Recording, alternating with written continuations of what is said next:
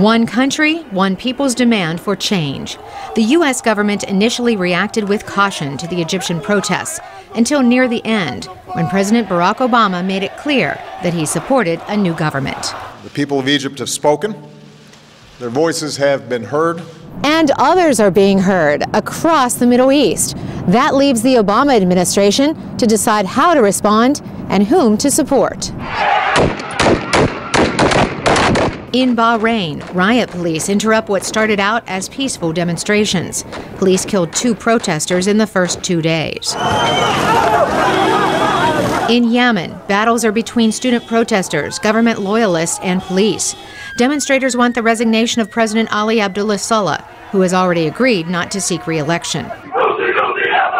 Amateur video in Libya show protesters calling for the ouster of Muammar Gaddafi, their country's leader for the last 42 years.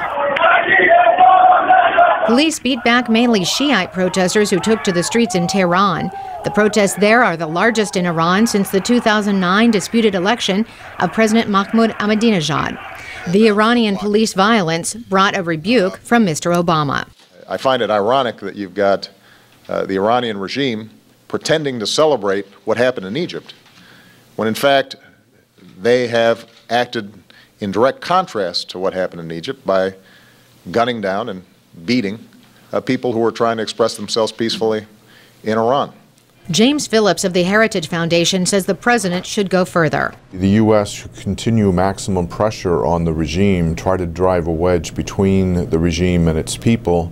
It can do that through increased sanctions at the UN Security Council. But U.S. policy in the Middle East makes different demands on different countries. Secretary of State Hillary Clinton, in an interview with the U.S. government-funded Al Hurra TV. So with our friends, we have a very consistent message. There has to be change.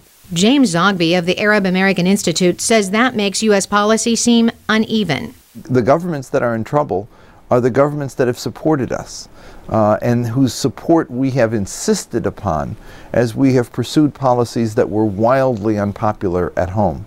So to now switch sides just is unseemly.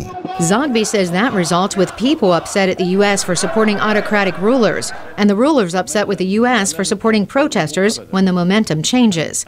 Zogby also says the U.S. loses credibility in the Arab world for not criticizing Israel and moving the peace process forward. We should be voting for, not against, the UN resolution on settlements, and back that up with clout. U.S. foreign policy and America's support for Israel are always part of the equation in the Middle East. And the Obama administration says once change takes hold in the region, protesters will put their energy toward new opportunities instead of anti-American and anti-Israeli sentiments.